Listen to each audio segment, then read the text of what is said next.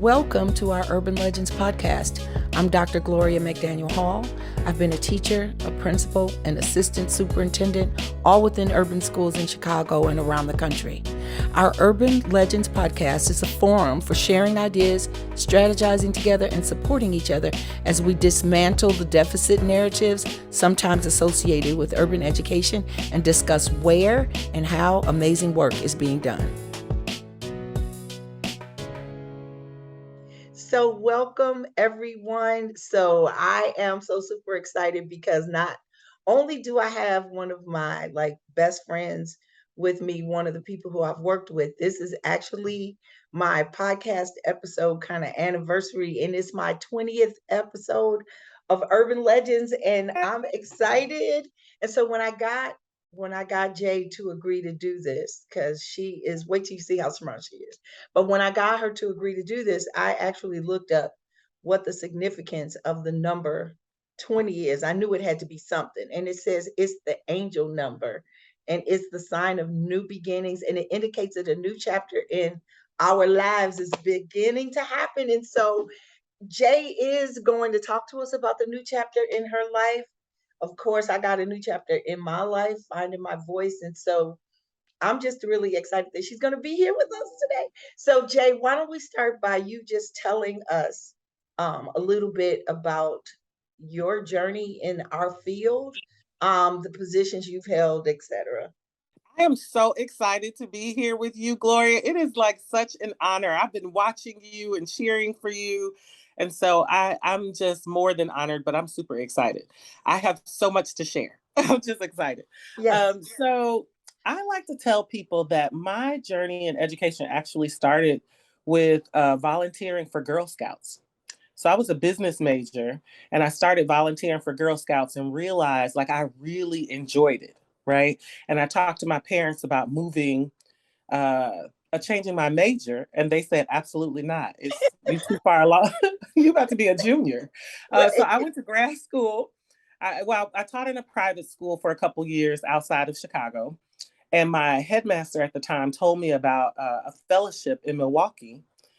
And that fellowship would allow me to go to graduate school at Marquette and also get my alternative certification, taking the methods courses that I would need. And I was like, oh, this would be great. So I moved to Milwaukee. I was there for a number of years, almost 7 years, taught in Milwaukee Public Schools. I was a middle school science teacher. I had a real coach. My coach was kind of like, you're okay. You're doing great. You have classroom management. I'm like, yeah, but what about the content? What about the curriculum, right? What about, did they learn anything?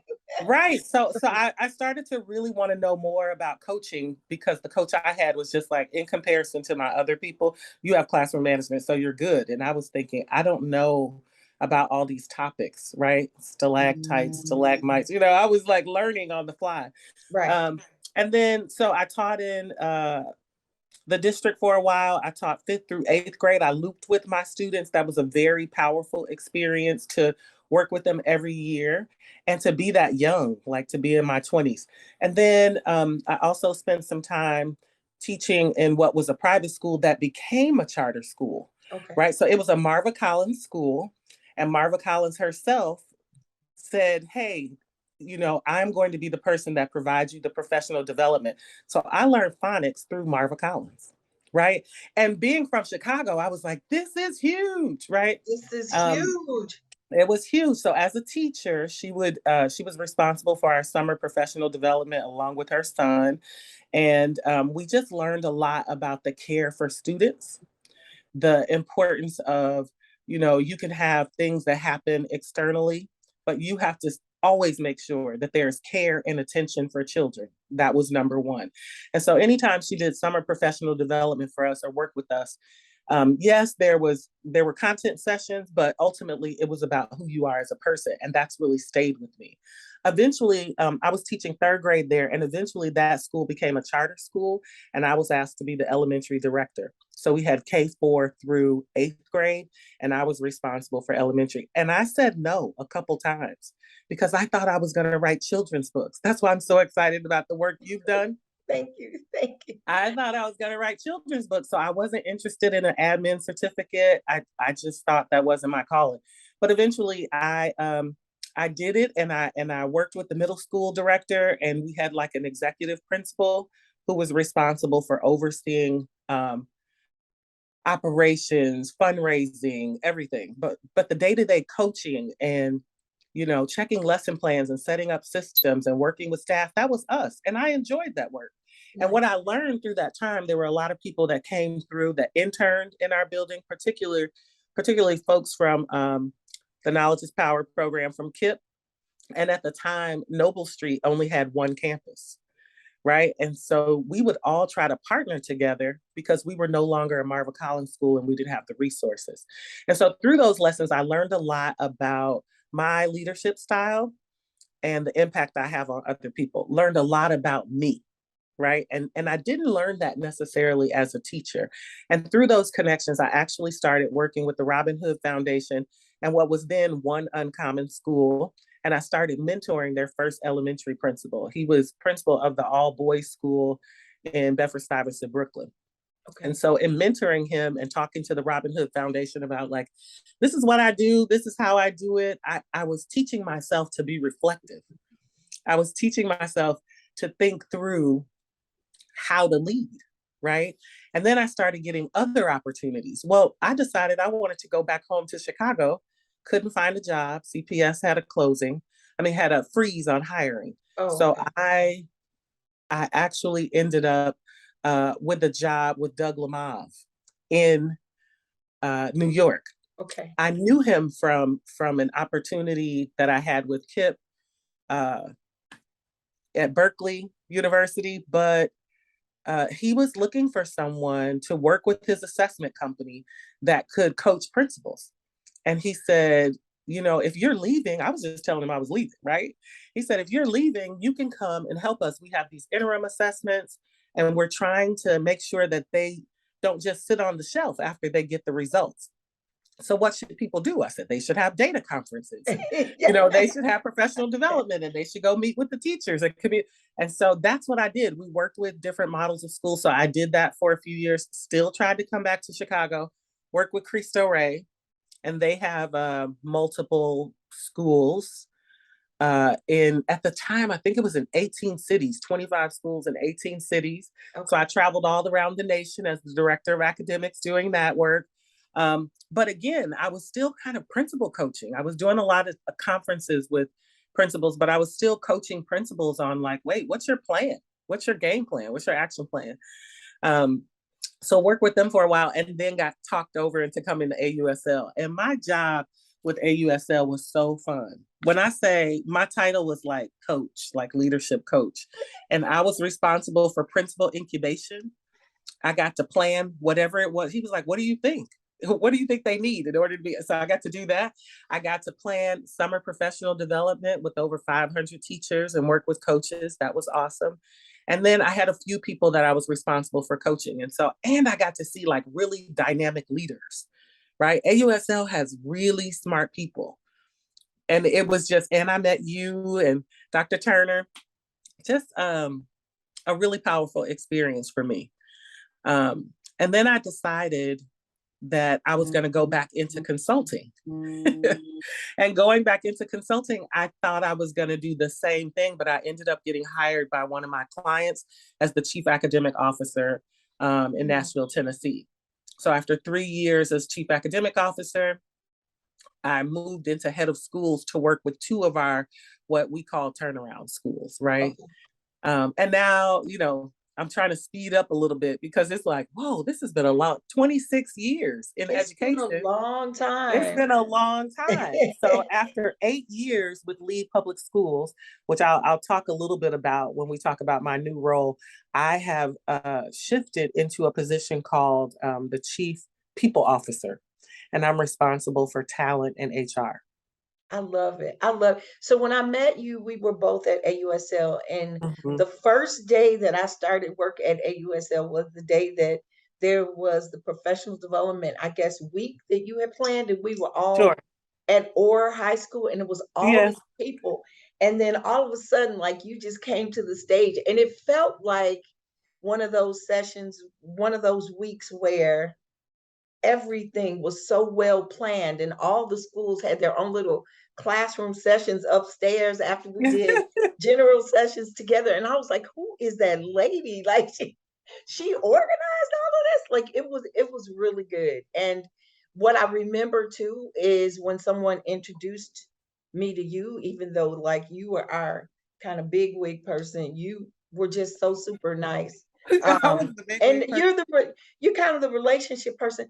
But even before we go to your new position, I started having these conversations with people who are proving the narrative wrong. Like we don't have a deficit narrative. I think as long as we keep thinking about the work that we do in urban schools that way, it'll continue to feel like we're always digging our way out of something.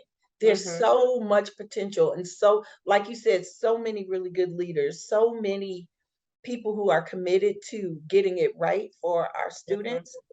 What do you think what do you think, like, if you were to choose the top 3 things, and I know this is off our script, but the top 3 things that make a turnaround situation work? Like, what makes it work? Like, I feel like a great leader makes it work because I've gone in some buildings and then 2 months later, after a new person is there, like, dang, what happened? It's Oh, the that's right. relationships that they were able to foster, and people just started believing.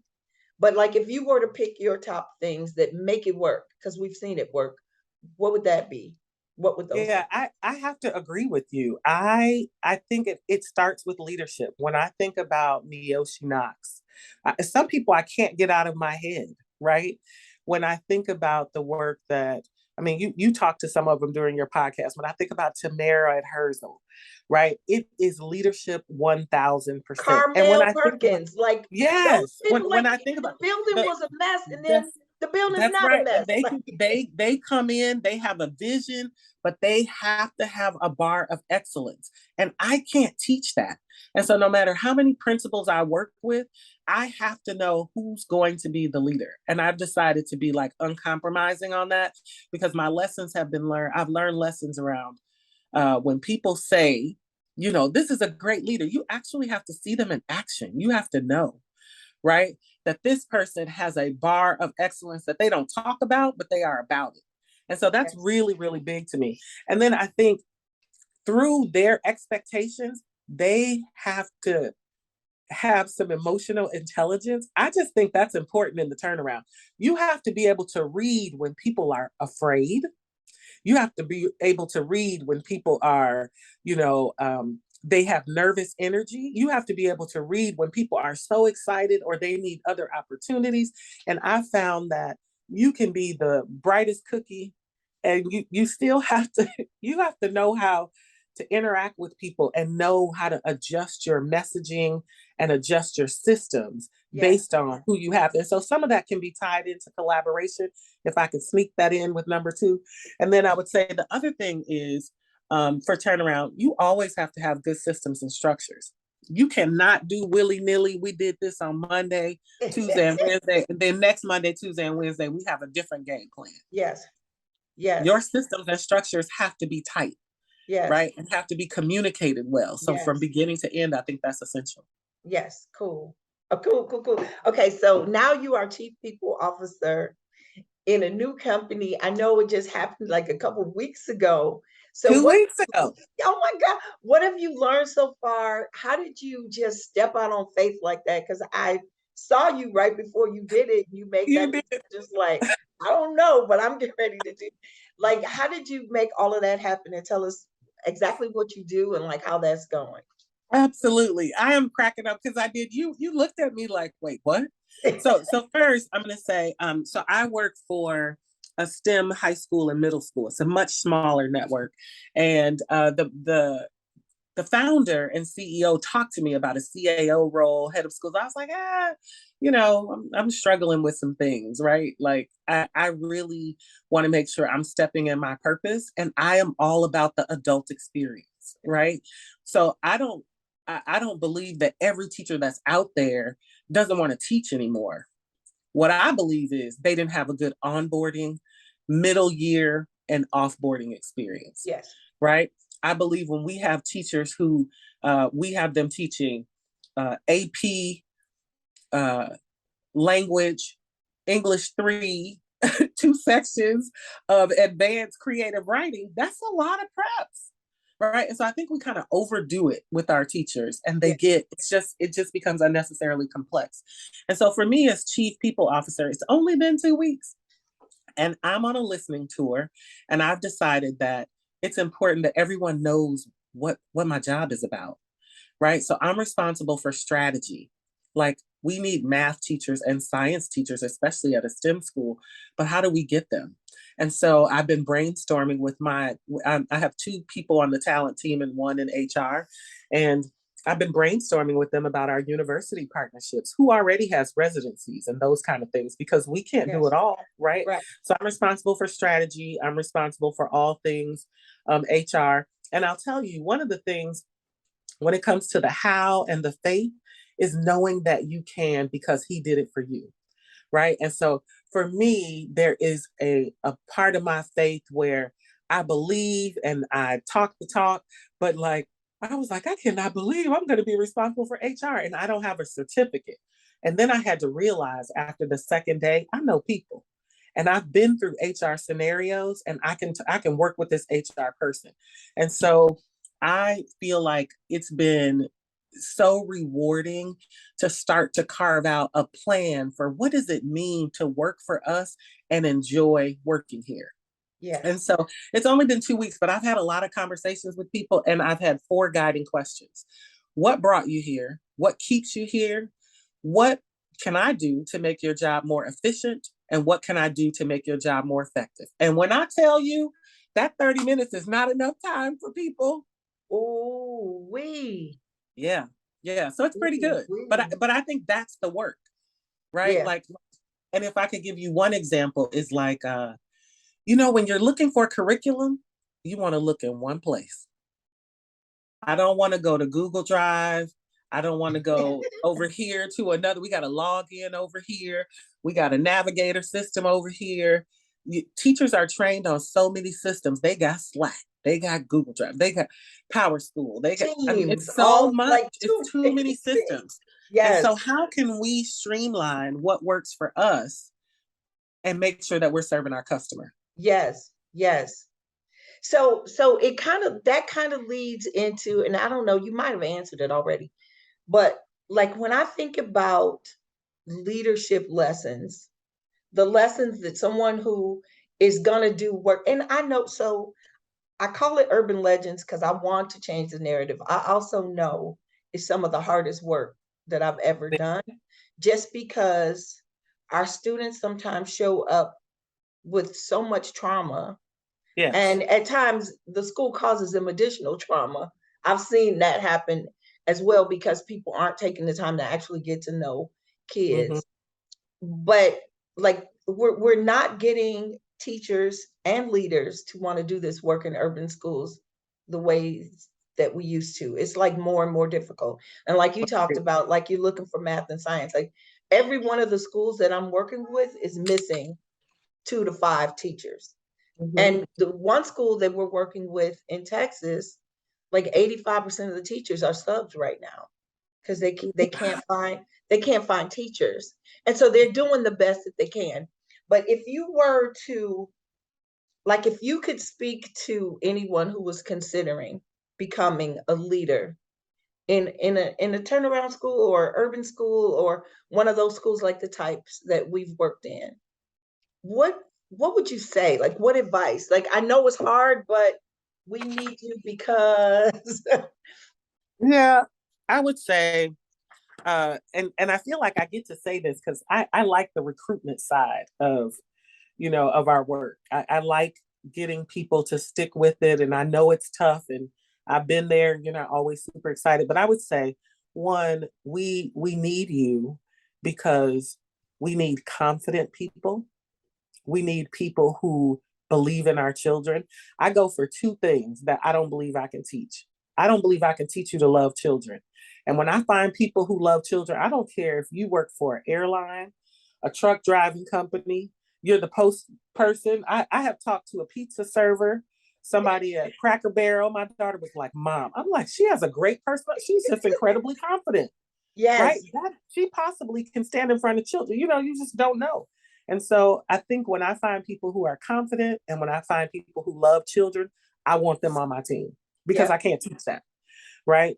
I am also looking for people when I recognize, have you ever like volunteered with people who are just good servants or just like their fellowship is just as good as their leadership and they're not complaining. When I see people like that, those are the people I want because you're the person that could grow to a coach and an AP and will, make sure that you are a part of the solution and not the problem. You yes. are going to do they're just those dynamic people. So I would say the fellowship is really important too. When I see those things in people, I say, I need you aboard. I love fellowship. I love fellowship as a thing. I never even heard that term before, but Yeah, I, it's I kind of churchy. yes. I think I got that from church. And the thing is, like real talk, I've seen teachers, like I met a teacher last week. They were doing arrival, and Mm-hmm. I was just kind of observing the arrival process. And she was like, you could tell it was early in the morning, but she was about to cry. I'm like, no, don't cry, come here.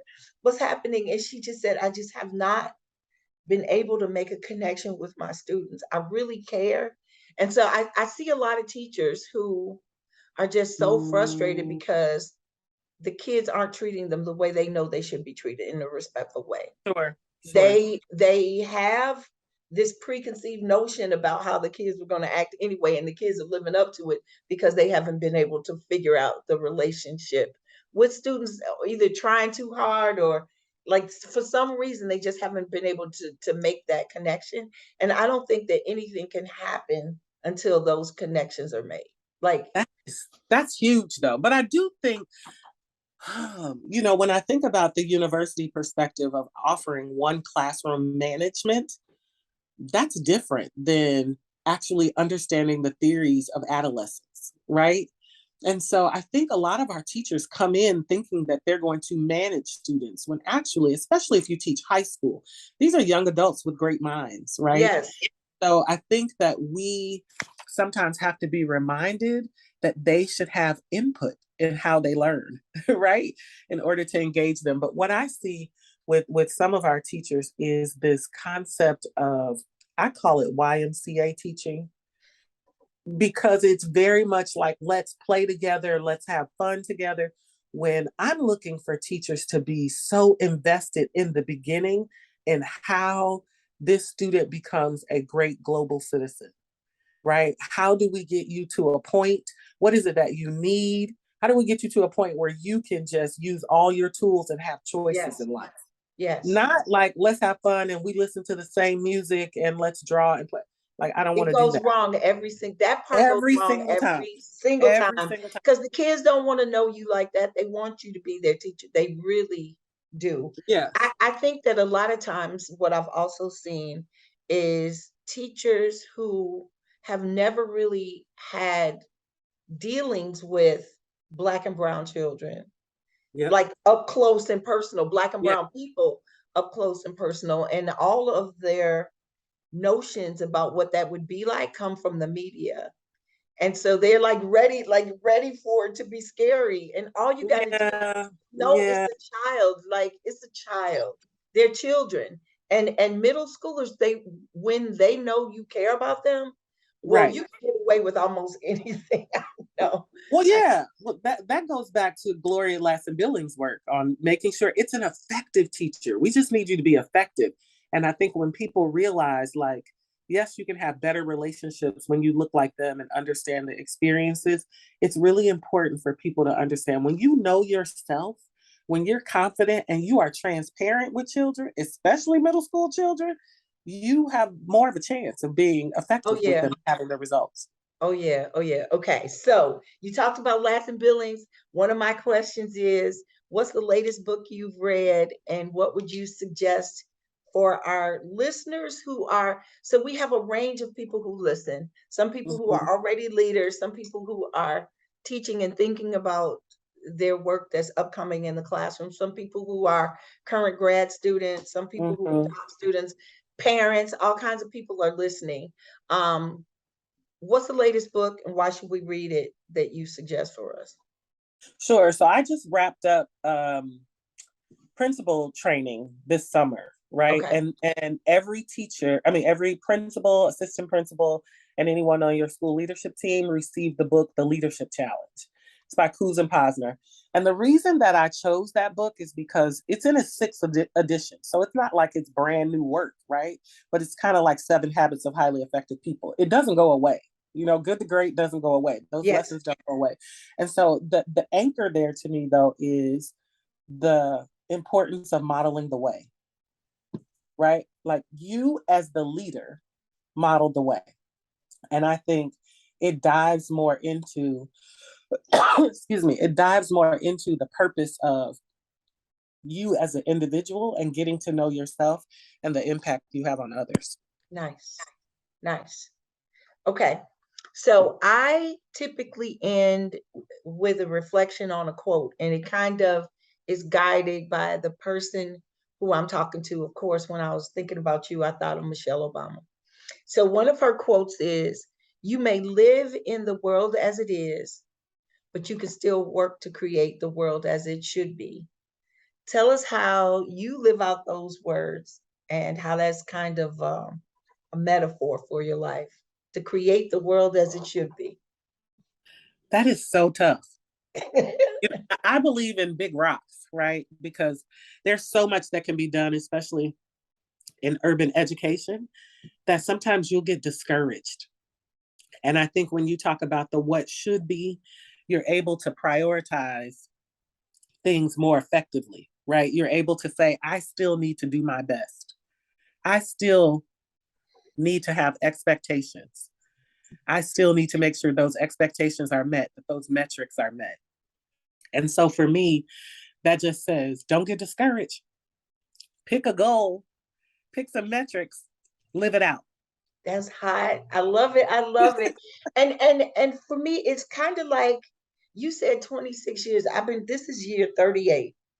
The Ooh, problem for me is congratulations. that this is not different than when I was in the classroom.